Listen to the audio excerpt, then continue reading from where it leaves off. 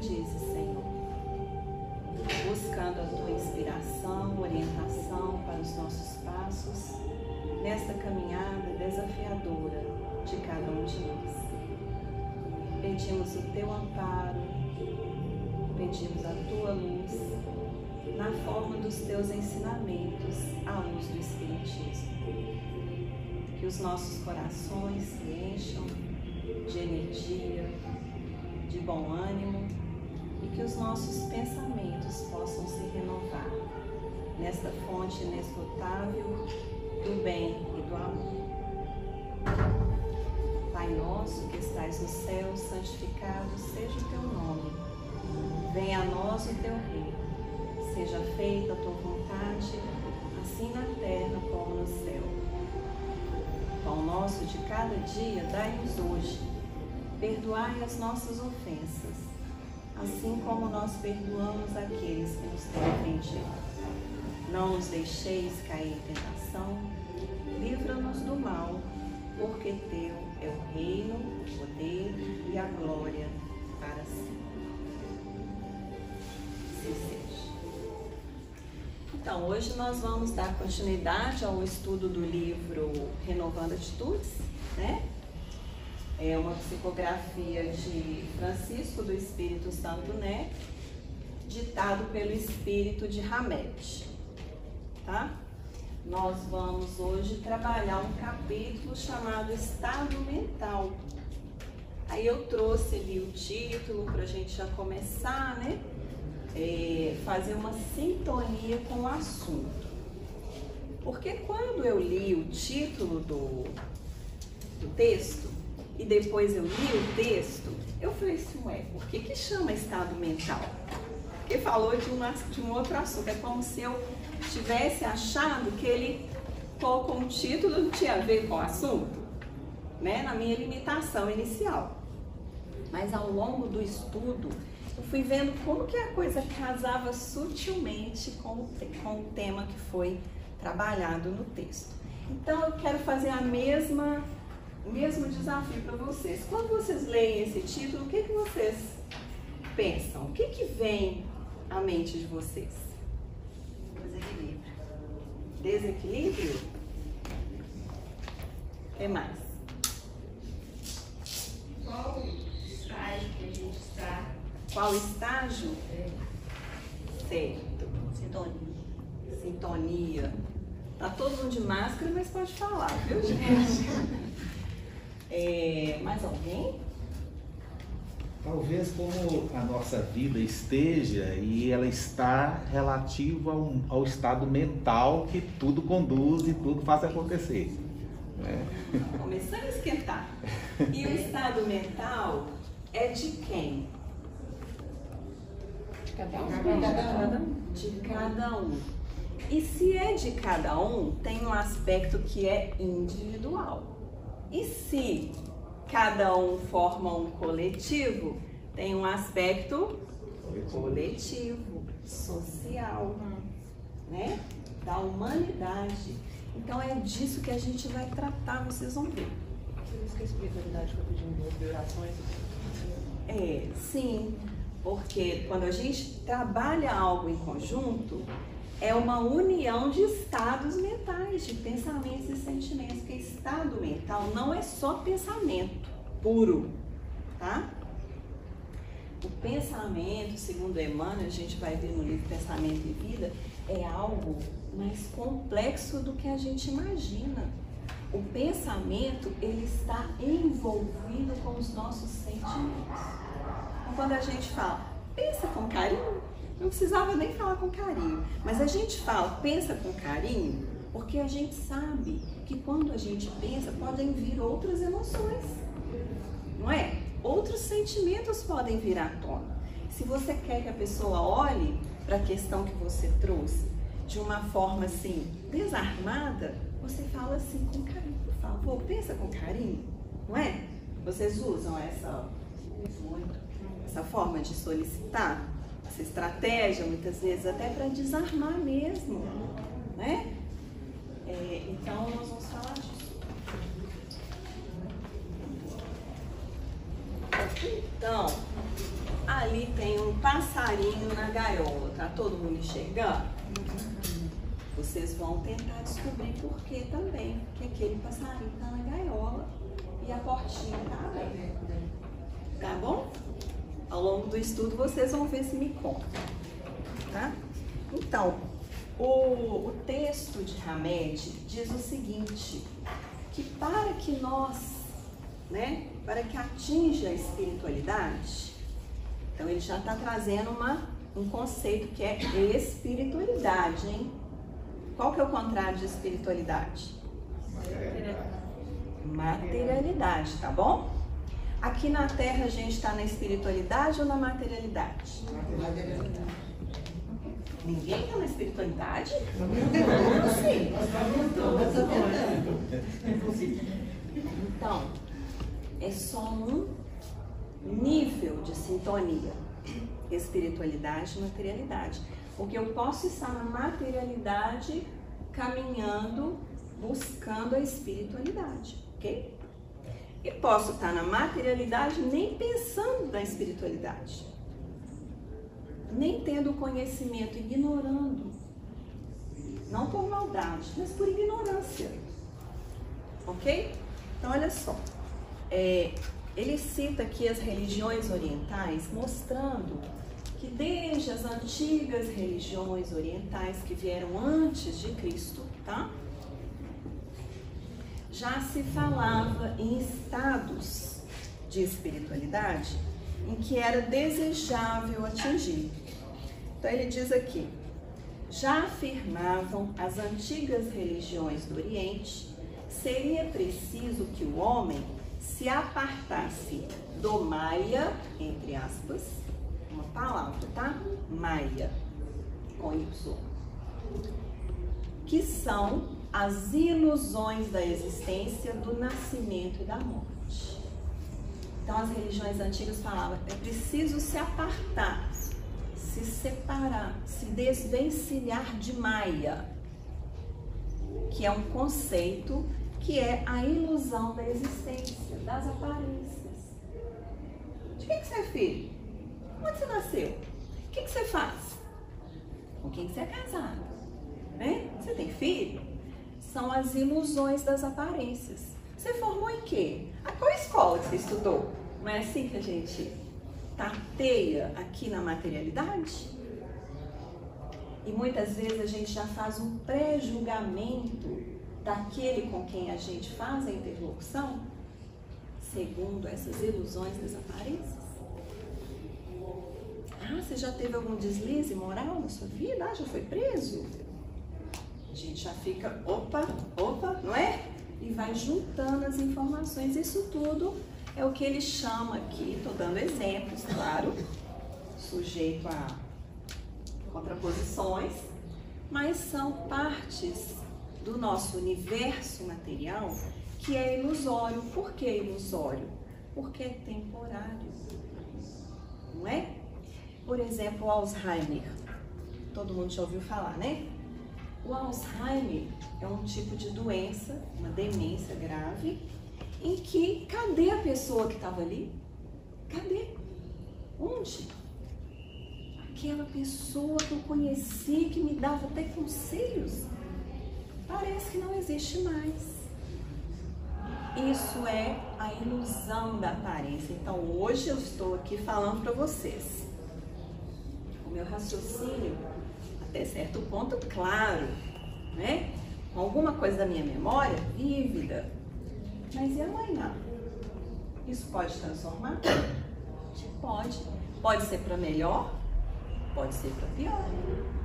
Porque nós estamos na materialidade desse universo aqui. Então, Maya significa isso. Tudo é impermanente também. Por isso é ilusório. A beleza, né? Hoje em dia tem um culto à beleza. Eu acho que sempre existiu esse culto à beleza. Mas hoje a gente tem uma porção de procedimentos para ajudar as pessoas a se livrarem de alguma coisa que incomoda elas. Tem a cirurgia plástica, tem procedimentos estéticos, né? Esse ano, no início do ano, não, acho que ano passado, eu conheci o pai de um coleguinha de escola do meu filho, E ele é dentista, e ele falando dos procedimentos estéticos que ele faz, eu não sei nem o nome, se tiver algum dentista aqui, que é como se encapasse o dente, os dentes, né? E você tivesse um novo sorriso totalmente estético, bem trabalhado, perfeito, harmônico. Calma. Olha a evolução. Então, isso tudo a gente está indo em torno daquilo que a gente acha que vai ser para sempre, e não vai, né? O Rabete fala até da ilusão do nascimento e ilusão da morte. Isso, do nascimento, de onde você veio, qual sua origem de linhagem familiar, né? Com seu sobrenome. Então, e as ilusões também da existência, que é aquilo que a pessoa vai viver, adquirir materialmente, eu vou te deixar falar. E de morte. Quando a gente vai no cemitério, antigamente, a gente determinava quem eram os ricos, por exemplo, os nobres, pelo tipo de lápide. Hoje em dia, como está sendo os mais modernos cemitérios? É só a plaquinha com o nome. E o verde, a natureza. Né? Então, é a ilusão também na morte. De que, nossa, foi o rei egípcio. Como é que eram os reis egípcios, né? Os faraós. Embalsamados, colocados sobre as pirâmides, né? Lá dentro tinha tudo que eles poderiam precisar, segundo a crença, se eles despertassem, né? Então, são as ilusões de Maia. Pode falar? A questão do monge budista falando isso, você pega uma pedra, antigamente, na Idade Média, é só uma pedra. Hoje essa pedra te leva a Marte. O seu conceito da gaiola sumiu. Cada vez você vai evoluindo, você vai. Olha o que a gente pensava de coisa de espírito para hoje. E o que a gente está vivendo nisso, né, Marcos? Uma sutilização das coisas. Vai ficando sutil. Aquilo que eu achava que era uma pedra sólida e bruta, aquilo pode ser uma riqueza que vai transferir, inclusive, radiações. E a ciência vai descobrindo, né? E nós estamos descobrindo aqui, só de falar de Maia, que é uma forma de pensar, não é? Então, tem a crença em Maia, olhando aqui a linguagem oriental, ok? Das religiões orientais. Uma crença de que isso realmente tem valor e que isso é para sempre. Uma pessoa que passa a existência, ela tem, por exemplo, um insucesso, uma falência daquilo que ela, né, trabalhou a vida inteira, uma empresa, por exemplo, como está acontecendo, né, nesse momento. Se ela ficou ali naquela aparência, para ela a vida acabou. Não tem mais graça. Pode cair em estado de depressão e o estado mental decair. Por quê? No universo das aparências, aquilo era o mais importante. Era o que valia. Então, dando sequência, para que se pudesse conquistar o Nirvana, que é outro conceito das religiões orientais, diziam que seria imperativo extinguir todo o desejo de ser, aniquilando assim o ego, que é a individualidade exaltada e distraída pelas fantasias do mundo. Nirvana é um estado de iluminação espiritual. No cristianismo, tem um sinônimo para Nirvana. Alguém risca? Céu. Céu. O céu? Paraíso, né? Paraíso. Paraíso? Estado de sublimação da alma. Nirvana, de iluminação espiritual. É o mesmo que Jesus diz de reino dos céus. Ou reino de Deus. Que é o próximo parágrafo aqui. Eu achei que vocês iam colar, né? Então fala assim: ao mesmo tempo encontramos Jesus Cristo instruindo-nos que, para alcançarmos o reino de Deus, que seria o Nirvana, é preciso nos despojarmos do egoísmo, o terrível adversário do progresso espiritual. Então lá, nas religiões orientais falava, se livrar né? Dos desejos de ser, dos desejos do ego, do eu, da importância do eu. Tudo para mim, né? Para minha família, para o meu país, para minha cidade, para minha casa, meu bairro, né? É um conceito que vem do ego, daquilo que vem para nós. Só que ele está trabalhando o ego na exaltação daquilo. E a gente tem um sinônimo para isso. Se chama egoísmo. Ok? Então é disso que o Hamed vai tratar. Porque a mensagem que ele tira inicial do Evangelho do Espiritismo é falando do egoísmo. Aí na hora que a gente vai, fala assim, que interessante. Então o nosso estado mental tradicionalmente é o egoísmo. É o ego sendo exaltado. Isso advém de algo lógico, que é a lei de conservação. Que lá no Livro dos Espíritos a gente vai ver. O que a lei de conservação fala? Vocês já estudaram? Alguma coisinha? Para que existe lei de conservação? Para conservar o quê? Para se manter vivo. Isso. Para conservar a vida. E para conservar a vida aqui na matéria, nós precisamos de quê? Todo mundo precisou para estar aqui hoje de manhã, com certeza. Levantado, cama, um lugar que está seguro. Comer uma coisinha, vocês comeram? Ninguém quis fazer jejum igual eu? Só de água, né? Então, todo mundo ali precisa fazer algo para conservar a vida. E vocês vão continuar o dia inteiro fazendo isso. Ninguém aceita, por exemplo, que alguém invada a sua casa e tire de lá suas coisas, porque a gente quer conservar. Ninguém aceita que o outro venha e te agrida fisicamente, nem verbalmente, porque você quer conservar. Então, a estruturação do ego é importante, gente, já começa desde criança, né? Um bebê quando nasce, ele nasce ainda sem saber os próprios limites entre ele e a mãe.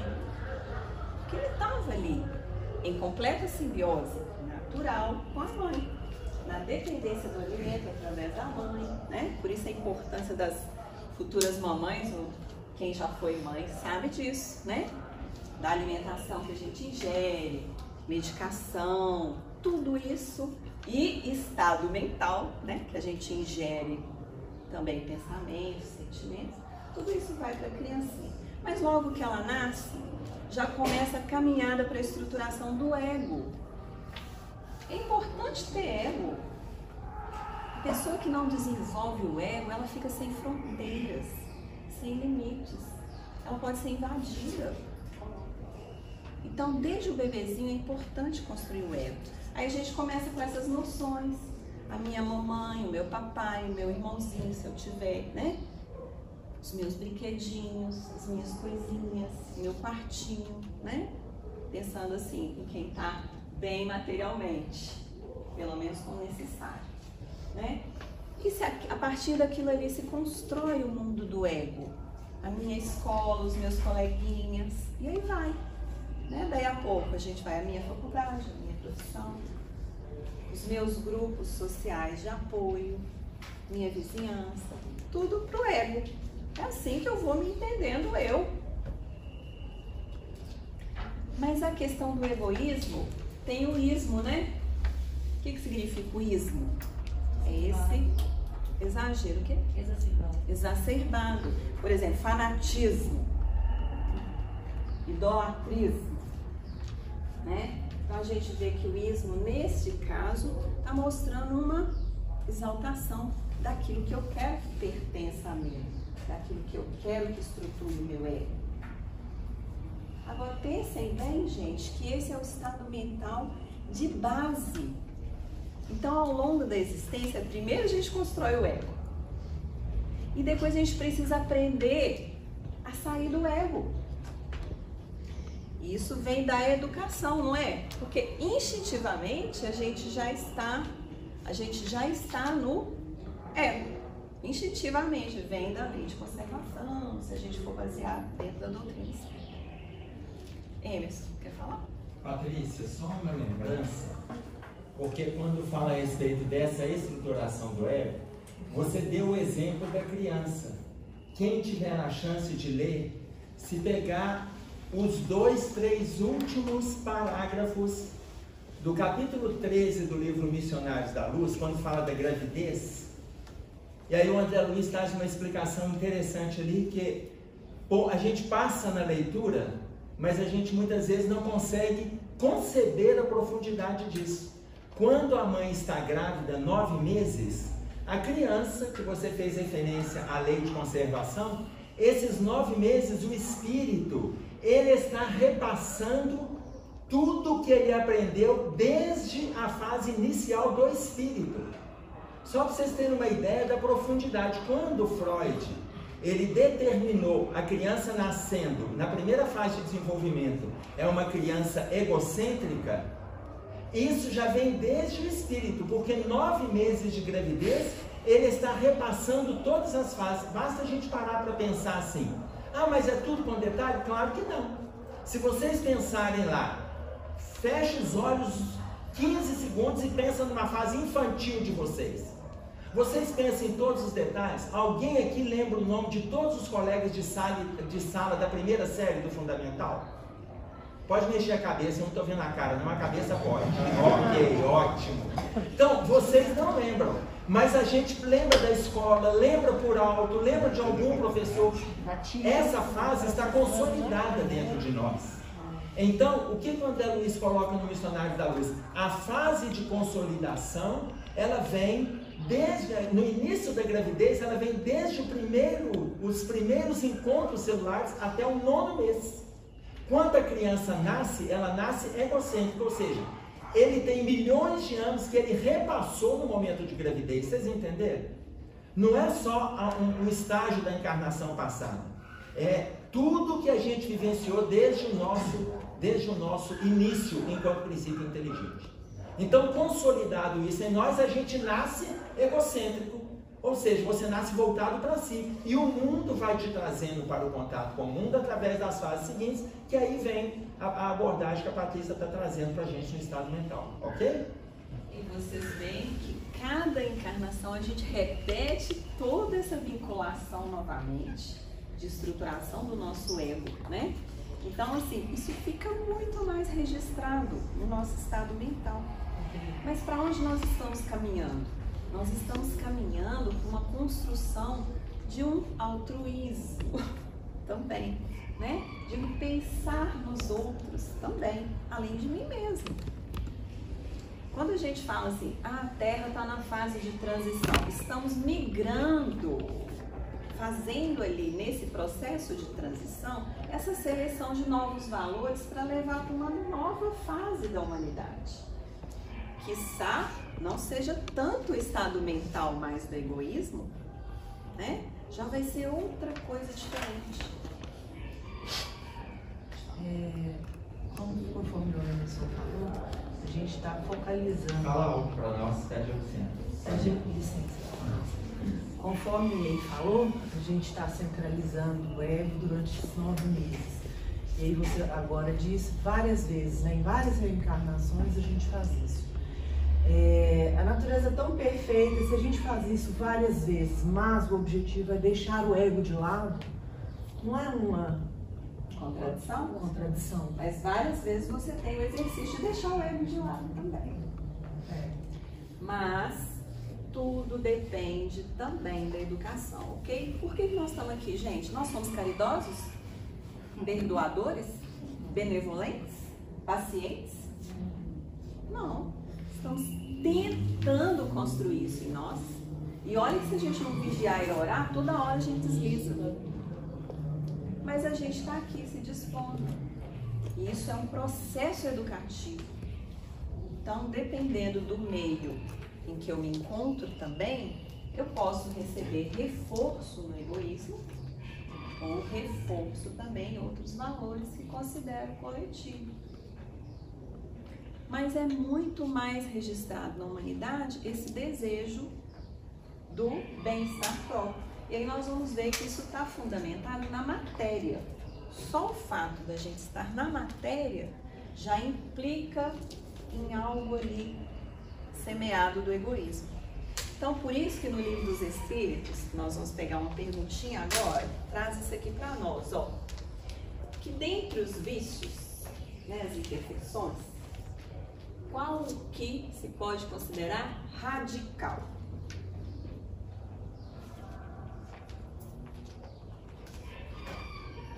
Essa tá fácil, gente. O egoísmo. O egoísmo é a raiz. Radical vem de raiz, certo? 913 a pergunta. Então, de todos os vícios, de todas as imperfeições que nós temos notícia, a gente pode considerar o que está radical, o que é a raiz, o que está fundamentando todos os outros, é o egoísmo. Então, olha o que os espíritos colocam. Temo-lo dito muitas vezes, 2 pontos, o egoísmo. Então, é algo que eles estão sempre repetindo. Então, chama a atenção da gente repetidas vezes.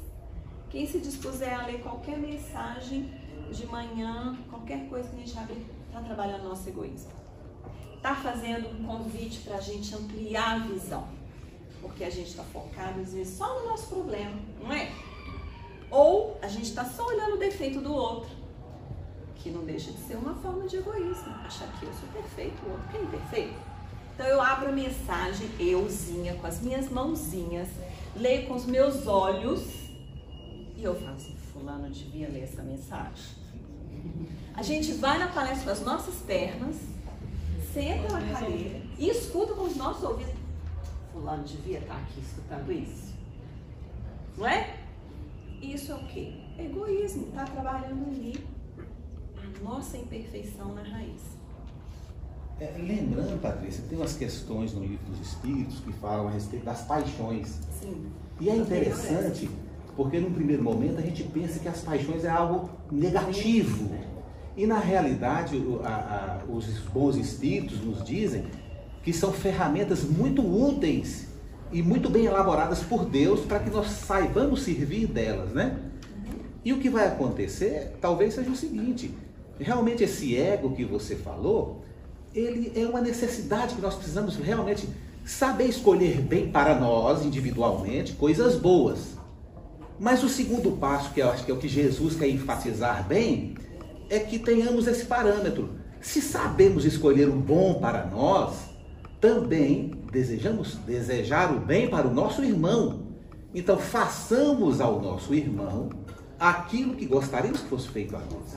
Então esse referencial, não é? Esse referencial é de suma importância, não é? Então nós temos que saber escolher bom e procurar o bom para nós, sempre.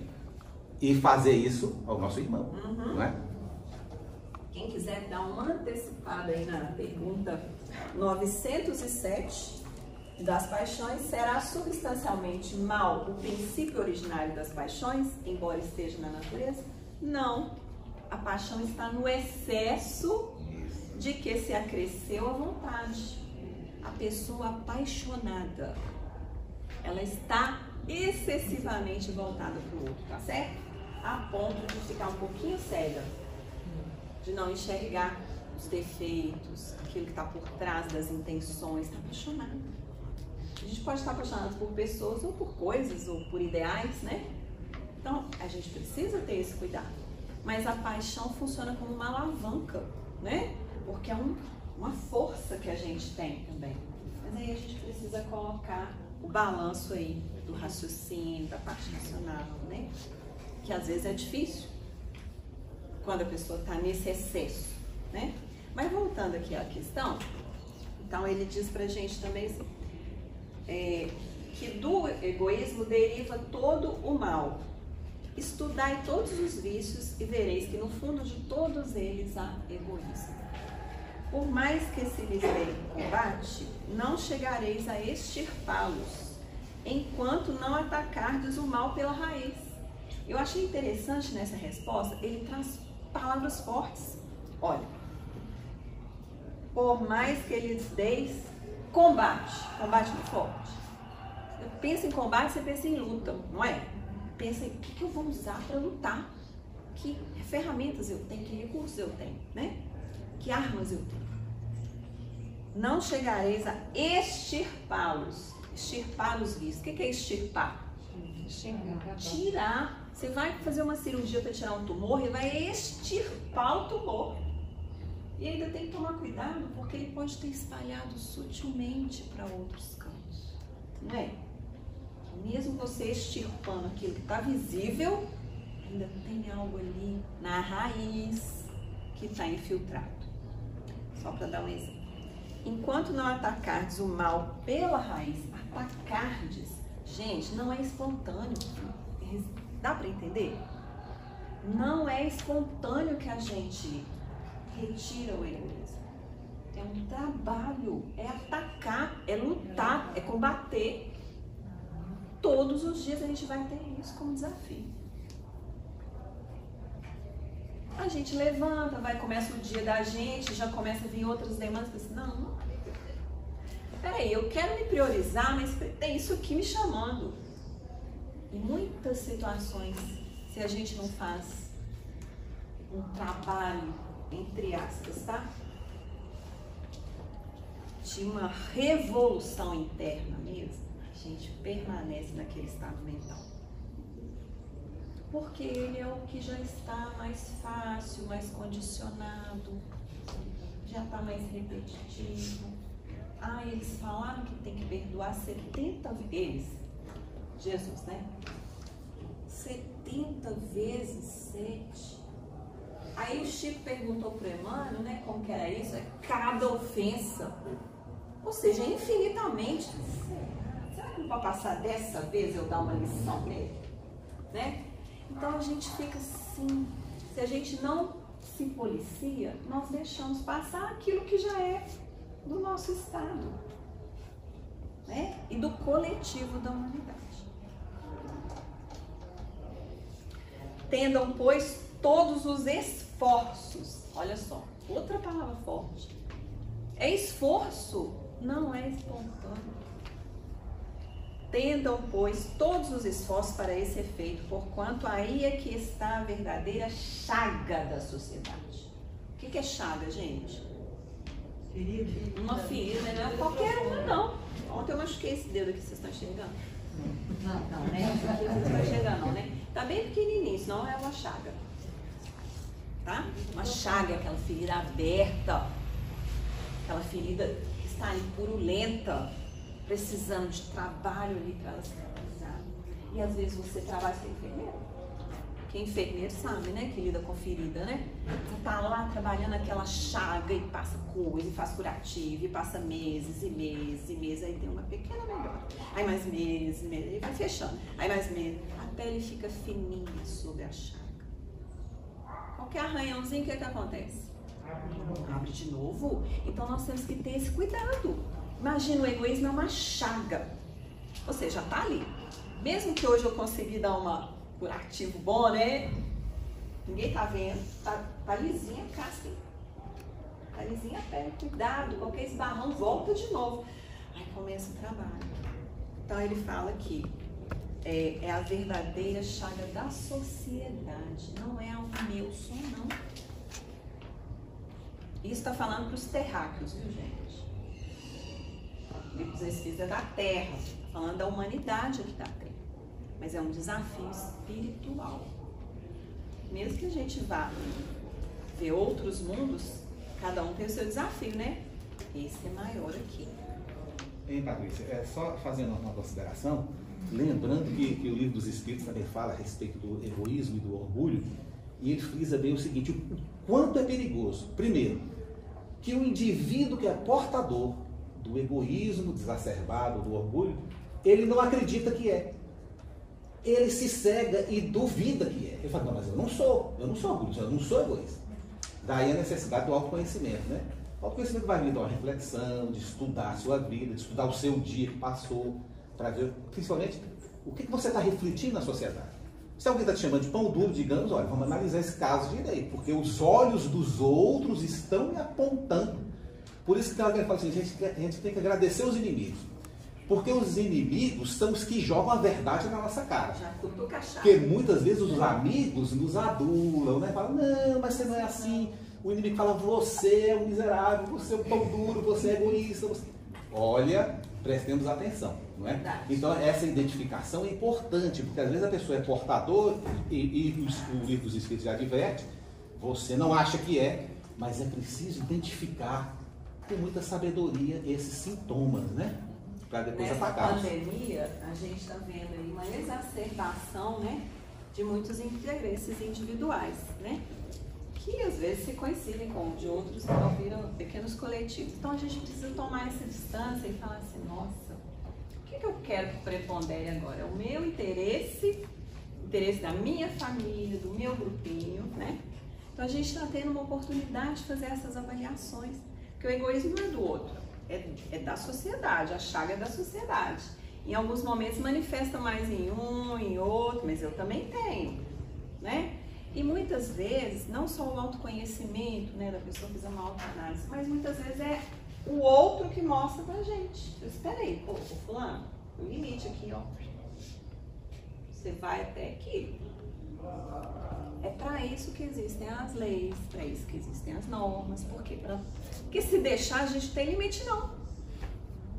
A gente quer fazer preponderar a nossa vontade, os nossos desejos de eu. Mas euzinho, sou tão querido para mim, que não pode, né? Então a gente precisa ter esse cuidado, né? Sempre que a gente fala dos outros, estamos falando da gente, tá?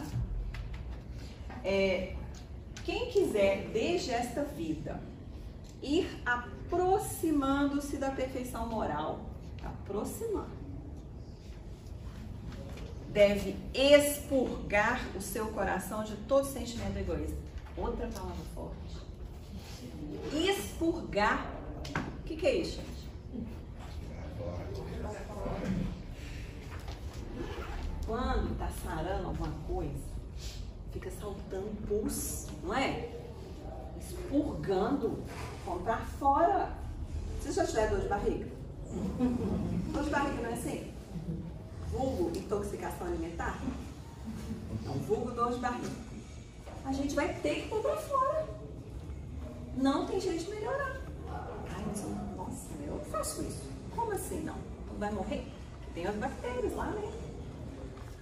Depois a gente ainda tem que tomar um reforcinho para as bactérias boas se fortalecerem mais, né?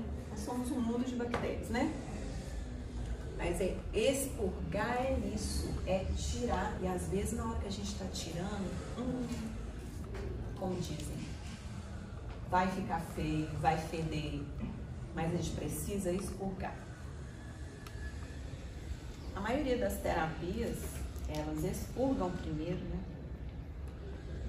Põe para fora primeiro. Depois, olha que a sujeira que é, olha, vamos analisar o que ainda presta aqui. O que a gente aprendeu com isso, né? Então, quem quiser se aproximar, né, gente, da perfeição moral, vai expurgar aí do coração esse sentimento. Visto ser o egoísmo incompatível com a justiça, amor e caridade, ele neutraliza todas as outras qualidades. Essa frase que eu peguei pra gente lembrar, porque fica forte, né? Significa o quê? Se ele é o mais radical e ele é a raiz de todos os outros vícios, se a gente continua dando combate a ele, nós estamos ajudando as qualidades a aparecerem. Porque toda vez que o egoísmo pula na frente, neutraliza todas as qualidades. Sabe aquela hora que você fala assim, nossa senhora, autoanálise do final do dia. Ai, nossa, eu fui bem nisso, fui bem naquilo. Não, mas eu falei daquele jeito. Jogou tudo fora. Às vezes sente isso, né? Falei assim, meu Deus, joguei aquele relacionamento fora. Por causa disso que eu falei. Ou deixei de falar. Né? Então, muitas vezes, essa neutralização, naquele momento, acontece e a gente já vê a consequência.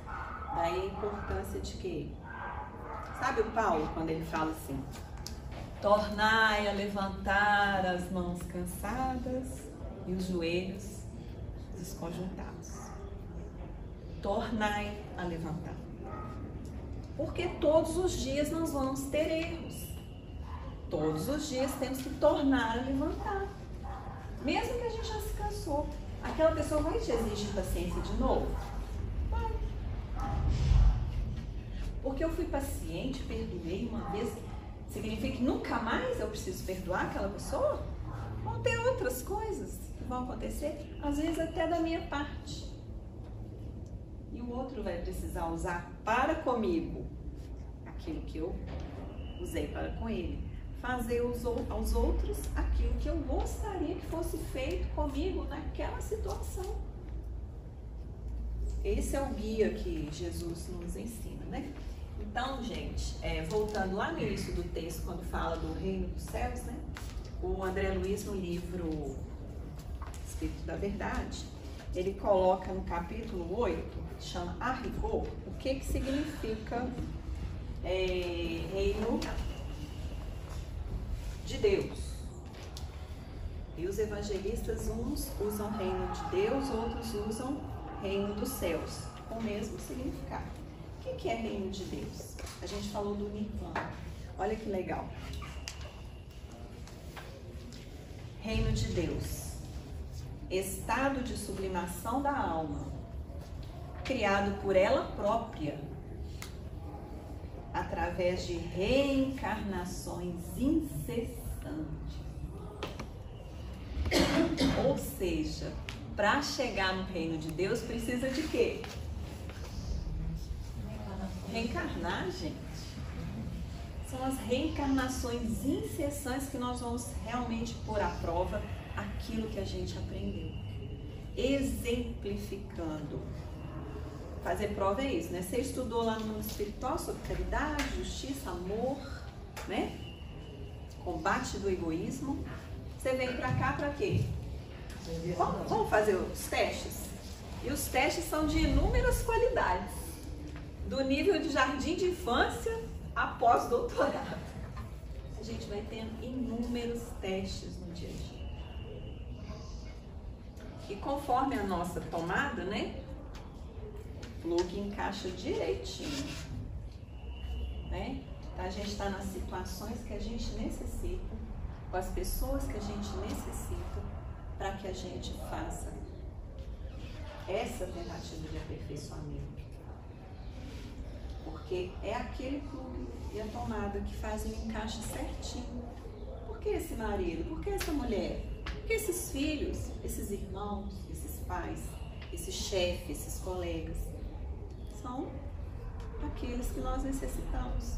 E daí a gente trabalhar para aperfeiçoar. Vai ter momentos que eu vou deslizar? Vai. Mas tornar a levantar, né? Vamos de novo. Vamos respirar. Vamos contar até 1000. Ok? O egoísmo é, pois, o alvo para o qual todos os verdadeiros crentes devem apontar suas armas. O egoísmo.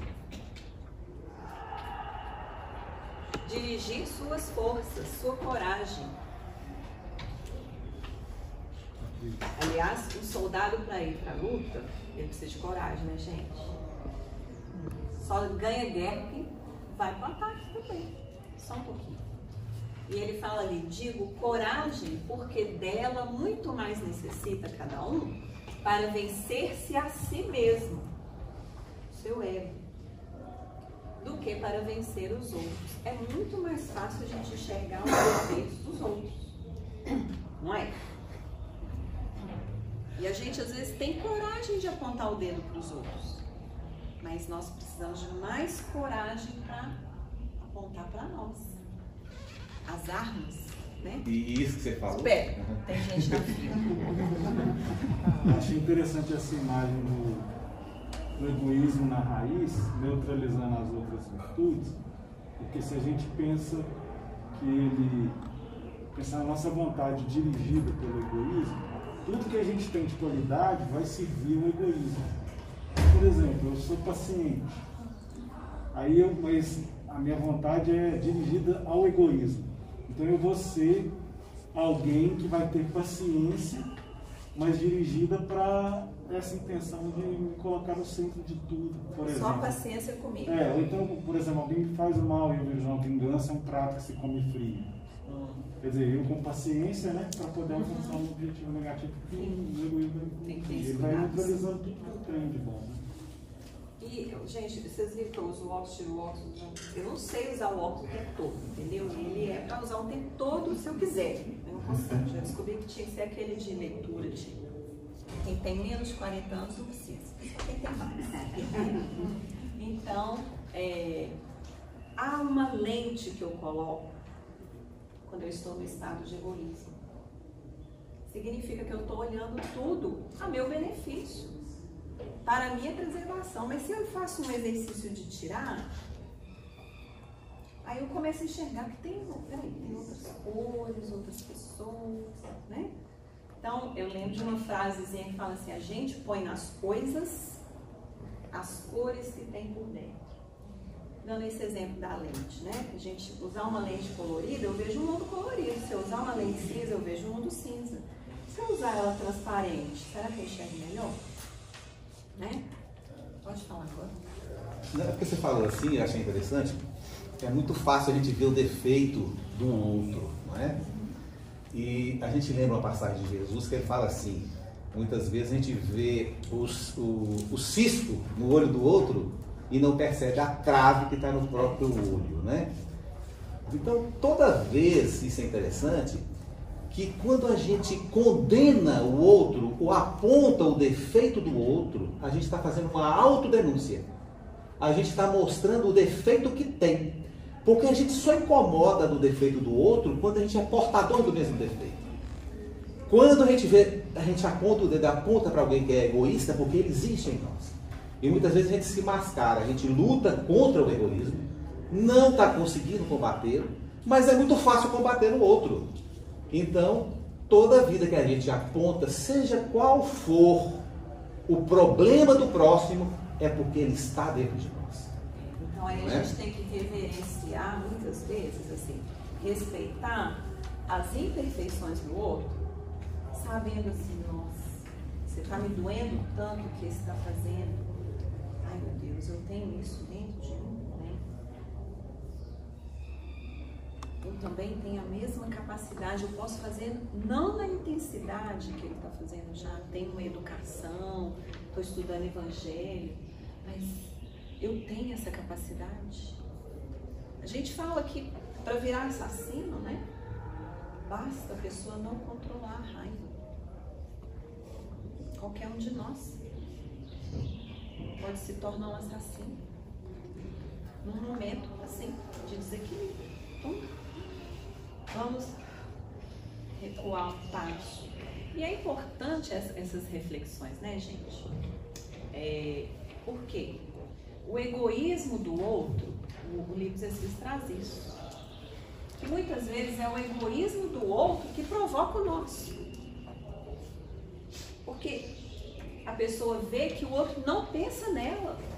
Aí, eu tenho que pensar em mim. Então, muitas vezes é o egoísmo do outro que também aciona o nosso. Porque nós estamos na mesma faixa. E muitas vezes eu faço um benefício para o outro e ele absolutamente agradece. Eu faço exercitando, lutando, fazendo esforço contra o meu egoísmo. Para ajudar, para considerar a posição do outro. Fica esperando se vai ter agradecimento. A maior parte não tem. Então isso já dá aquela dorzinha interna, assim, não, tem que pensar em mim também, porque, não é? Não vê isso? É natural, viu, gente? É natural, isso não é errado, é natural. Mas o Evangelho segundo o Espiritismo tem uma mensagem lá muito interessante, chamada O Dever. Aí mostra para nós que é muito difícil cumprir o dever quando se trata de sentimentos. Porque as nossas vitórias sobre os sentimentos só nós sabemos, e as nossas derrotas também. Mas existe um guardião interno que chama consciência. E consciência é de acordo com o nível que eu cheguei evolutivo, não é? Conforme o seu grau evolutivo, a sua consciência pode estar mais ampliada ou não. Pode estar um pouco mais estreita para avaliar. Mas existe as leis divinas aonde? Na consciência. Livro 206, 121, né? Então, no fundo, todos nós temos ali as leis. E muitas vezes elas já nos apontam, opa, não faz desse jeito. Mas aí a gente violenta a voz da consciência. Por isso o Evangelho vem trazer essa mensagem, o dever. Porque para que a gente cumpra o dever, muitas vezes a gente precisa estar ouvindo de fato a nossa consciência. Esse guardião interno que a gente tem. Eu posso driblar, justificar, racionalizar, porque fala lá, os sofismas da paixão, né? Aquelas argumentações que eu mesma faço, eu comigo mesma, para justificar erros que eu cometi ou algo que eu quero fazer que eu já sei que não devia fazer. Não é? Então, é preciso coragem. Coragem é uma palavra que lembra muito cor de coração. Então, é algo que precisa trabalhar lá no coração. Né? Coragem. Coragem para admitir um erro. Coragem para pedir desculpa. Essa semana eu estava atendendo uma pessoa que ela pediu urgência para o atendimento. Eu trabalho numa instituição, né, eu atendo os funcionários, os servidores. E eu pensei que era uma coisa muito assim, é o pré-julgamento, senão ela deve estar se sentindo mal, de estar vivendo essa pandemia, esse tanto de coisa. Aí ela trouxe uma situação de conflito no trabalho, porque uma colega apresentou sintomas de tosse e tudo, e no outro dia ela não ia trabalhar. Avisou, pegou uma semana para sentir se era, ia fazer os testes, né? Acho que ia fazer um teste dos sintomas, para ver se era da Covid. E ela ia trabalhar junto com essa moça. E a moça ficou com raiva, porque ela ia ficar sozinha, dando conta de tudo. Deve ser por exemplo do estudo, né, que eu vivi isso. Então, no fundo, ela estava preocupada que podia ser uma mentira da colega, porque elas já tinham dificuldades, né, de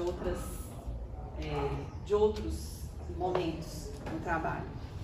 Mas eu fiquei escutando e pontuando para ela assim, mas se fosse você que tivesse tossindo, você ia trabalhar no dia seguinte? Com a sua colega?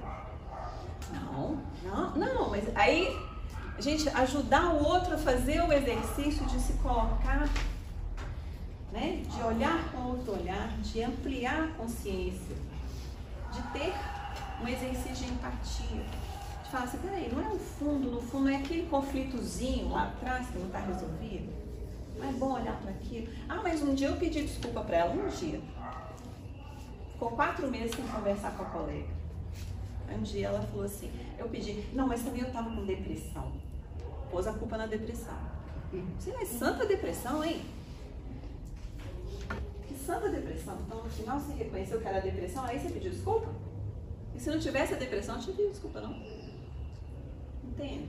Então, nós fazemos esses sofismas, essas argumentações com a gente mesmo. E às vezes a gente quer convencer um outro, um terceiro, que a gente está certo e o outro está errado. Mesmo se a mulher estivesse mentindo, ela tinha que fazer a parte dela, né? Acreditar que ela está falando a verdade e fazer o trabalho. Né? Não entrar no julgamento. Para que nós vamos entrar no julgamento? Aquilo que ele falou, eu vejo o cisquinho do olho do outro, então eu estou com uma trave no meu. Mas foi muito importante ela ter tido uma interlocução com uma pessoa fora do conflito. Porque ela começou a falar, peraí, eu acho que eu tenho outras coisas aqui. Começou a entrar realmente naquilo que ela precisava ser para trabalhar. Gente, não vai dar tempo não, tá? Mas vamos ver o que dá tempo. Então, olha só, fundando o seu egoísmo no sentimento do interesse pessoal, bem difícil parece extirpá-lo inteiramente do coração humano. Chegar-se a conseguir? Tem uma outra perguntinha no Livro dos Espíritos que fala assim, é a pergunta 895. que pergunta qual que é o sinal mais característico da imperfeição. Considerando tudo que a gente tem, qual que é o sinalzinho pequenininho que dá característica da imperfeição da pessoa? Qual que é, gente? Aquilo que eu pus de amarelo. Interesse pessoal. É o sinal de imperfeição. E aqui já pergunta, se o egoísmo está fundamentado, está alicerçado no interesse pessoal, parece bem difícil de extirpar. Será que a gente vai conseguir? Quem não tem interesse pessoal? Só naquele estado que a gente está de amor ao próximo e caridade. Naquele momento não tem interesse pessoal. Todo mundo já vivenciou esse? Não é um estado constante, né? A dona Laura, no livro Nosso Lar, vocês lembram da personagem Laura, a mãe de Lísias? Então, lá pro final do livro Nosso Lar, no capítulo 47, dona Laura está preparando para voltar a reencarnar. E aí se reuniram na casa dela alguns amigos, o ministro Clarence, o André Luiz estava lá, né? Ela como se fosse uma reunião íntima para ela, meio que trabalhando essas despedidas de lá para vir para cá, né, gente? A gente despede aqui para ir para lá, né? Os nossos familiares, e os de lá também despedem para vir para cá. Então ela começa a ficar preocupada. Nossa, eu vou para a carne. E agora, né? Então, eles observaram que ela estava assim um pouco mais introspectiva, né? Demonstrando sinais de preocupação. Aí, ela fala assim, espero, entretanto... não é ela que fala, não. Ela está falando da preocupação dela, né? Que não vai demorar muito, que ela já está indo, que já está tudo preparado para o corpo dela, né, que está sendo elaborado. E como vocês veem, eu estou pronta. Aí uma pessoa fala com ela assim, espero, entretanto, que se encontre animada para a luta. É uma glória seguir para o mundo nas suas condições.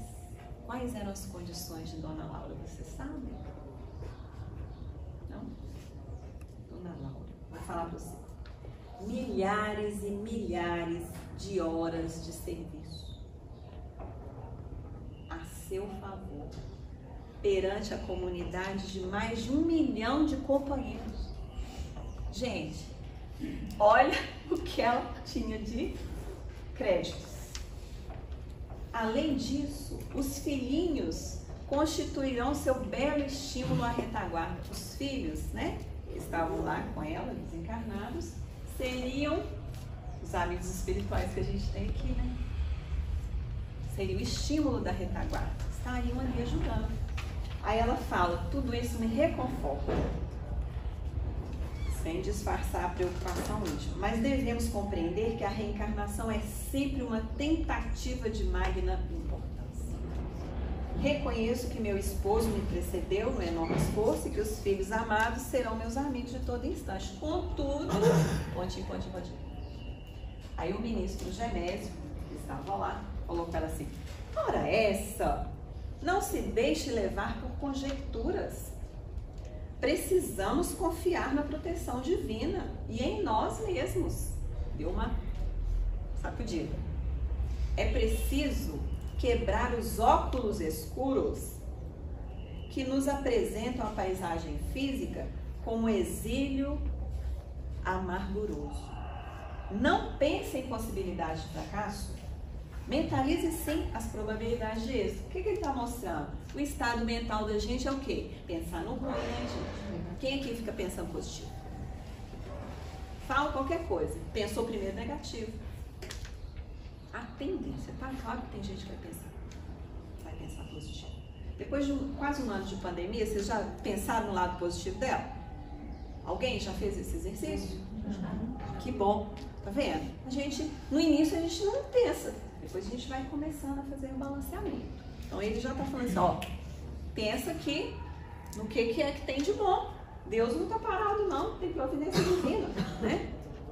Além do mais, é justo confiar alguma coisa em nós outros aqui, seus amigos, que não estaremos tão longe no tocante à distância vibratória, estado mental.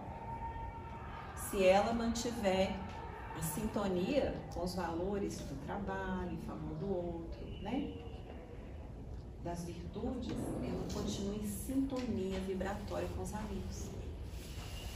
Pense na alegria de auxiliar antigas afeições, pondere na glória imensa de ser útil. Aí lá na frente ela fala assim: não ignoro que representam as sombras do campo inferior, mas é indispensável coragem, o que a gente viu antes, e caminhar para adiante, ajudá-la-emos a trabalhar muito mais no bem dos outros que na satisfação de si mesmo. Entregou aqui, né? O grande perigo, ainda e sempre, é a demora nas tentações complexas do egoísmo. Então, Dona Laura, com milhares e milhares de horas de serviço em favor do próximo, né? Mais de 1 milhão de pessoas, com vários e vários amigos, inclusive ministro Genésio, que estava ali, na intimidade do lar dela, estimulando ela. Ela ficou preocupada, né? Então, já mostra para nós que esse deslize no interesse pessoal pode existir, né? E para fechar, já que não dá para fechar do jeito que a gente planeja, então vamos fechar como é possível. Ainda seguindo o exemplo de nosso lar, nós vamos ver no capítulo 49, quando André Luiz regressa à casa dele. Quem tiver a oportunidade de ler, vai lendo ali as frases dele. Ele fala assim, quando ele chega lá: ué, cadê aqueles móveis de jacarandá que tinha na minha casa? Ué, tinha uma foto que ficava aqui com todo o grupo familiar, cadê? De repente a esposa sai do quarto, que era deles, com um médico. Médico, o que será que está acontecendo? Aí a esposa fala assim: doutor, faz o que é possível, eu não vou conseguir ficar viúva pela segunda vez. O que aconteceu com a Deus? Morreu de novo, né? Fulminou e falou assim: se fosse um curisco, não teria me atingido com tanta veemência. As ilusões de Maia, né? Que a gente falou no início do estudo. A minha mulher, os meus filhos, os meus bens, a minha casa, a minha profissão, tudo isso é ilusório. E André Luiz levou aquele choque inicial, né? Ficou meio que cambaleante. Ele falou, começou a vir um tanto de emoção. Quem assistiu o filme tem até uma figura bem interessante no filme, que é como se ele voltasse para um umbral. Naquele instante que ele sentiu. É o egoísmo. Que nós temos tão enraizado, né? Os nossos interesses. Depois ele vai ponderando, e é isso que eu quero fechar, porque há esperança para todos.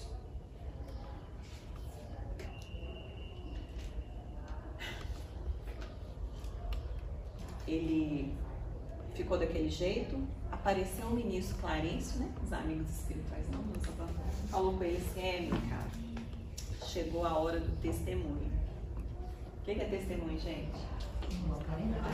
Prova, vamos ver se você aprendeu alguma coisa, né? Aí Clarencio sorriu e despediu-se dele. Aí André Luiz fala assim, na narrativa: então, em face da realidade, absolutamente só no testemunho, comecei a ponderar o alcance da recomendação evangélica e refletir com mais serenidade. Qual recomendação que ele lembrou? Vocês imaginam? Amar a Deus sobre todas as coisas e amar o próximo como a si mesmo. Ele começou a pensar e ficar mais sereno. Afinal de contas, por que condenar o procedimento de Zélia? E se fosse eu o viúvo na terra? Teria acaso suportado a prolongada solidão?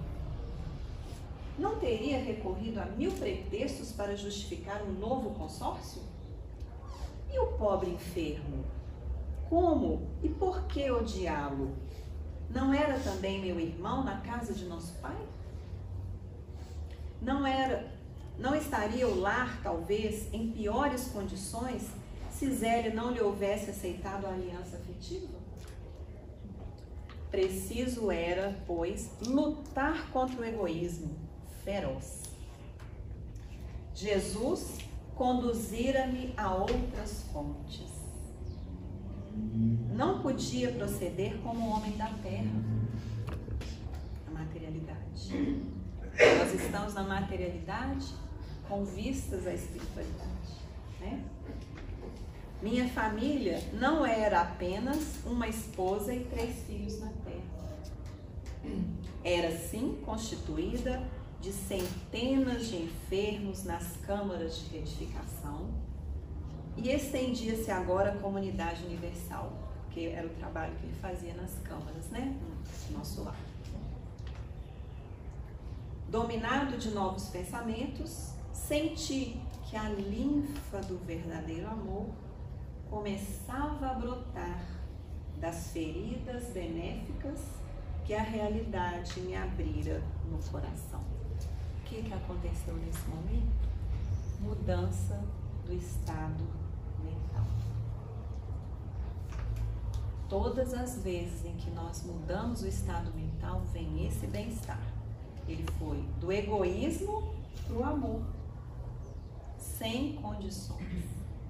E Dona Laura, no capítulo anterior, ela fala que no mundo espiritual, onde ela estava, era muito fácil manter o amor ao próximo, porque todo mundo vibrava aquilo. Então ela temia vir para a Terra, por quê? Ela ia encontrar vibrações antagônicas. Então mostra pra gente que existe uma mente coletiva que vibra aquilo. Mas essa mente coletiva só vai mudar à medida que nós fornecermos a ela novas informações. Nós formamos um campo de informações. O que eu faço é uma informação que eu dou. Se eu respondo com agressividade, tentando defender só o meu interesse, é uma informação que eu dou para isso, do coletivo.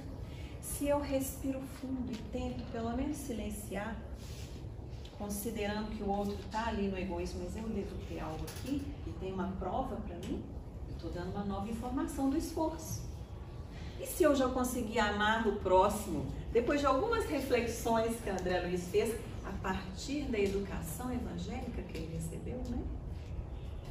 Como ele transformou o coração.